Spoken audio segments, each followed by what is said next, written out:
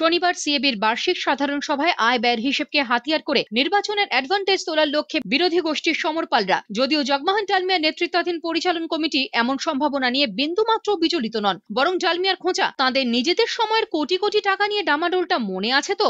আপনি 1,13,00,000, 12,00,000, 10,00,000 এসব ভুল। এটা 1,15,00,000 টাকা খরচা করেছিল। ইউ ক্যান কারেক্ট ইট।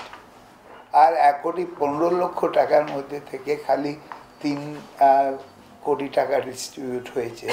10 কোটি টাকা যখন সারপ্লাস হয়েছিল তখন ওই টাকাটা কোথায়? সিএবির পরিচালন কমিটির ভাবনায় ক্রিকেটীয় বিষয়, কারণ শনিবার যে উপস্থিত থাকবেন সৌরভ গঙ্গোপাধ্যায়। যদিও এজিএম এর সম্ভাব্য আলোচনায় নেই ক্রিকেটীয় বিষয়। যুগ্ম সচিব বিশ্বরূপ দে বলছিলেন, অনূর্ধ্ব 16 দলে উৎপল গঙ্গোপাধ্যায় ও বাংলা এ দলের কোচ হিসেবে দেবাং কান্থের কথা ভাবছেন তারা। একই সঙ্গে লিগ ম্যাচ 3 দিনের পরিবর্তে 2 দিন ও এএন ঘোষকে 3 দিনের করবার ভাবনা সিএবির। যদি কোনো সদস্য তোলেন তো আলোচনার মধ্যে আসতেই পারে, কারণ আমরা দেখেছি যে সৌরভ যে সভায় থাকেন সেই সভায় সচরাচর ক্রিকেটের কথাই হয়।